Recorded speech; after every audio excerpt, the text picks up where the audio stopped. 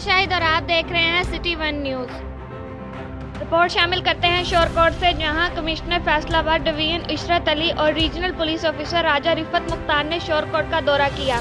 उन्होंने एहसास कफालत प्रोग्राम के तहत इमदादी रकूम की फ्राहमी के हवाले से government boys high school Shorkot city और गंदम खरीदारी मरकज़ में दस्तयाब सहूलियात की फ्राहमी का जायज़ा लिया। असिस्टेंट कमिश्नर शोरकोट फैज़ान अहमद रियाज, डिस्ट्रिक्ट फूड कंट्रोलर अमान उल्लाह और दीगर मुतल्लिका अफसरान भी उनके हमराह थे।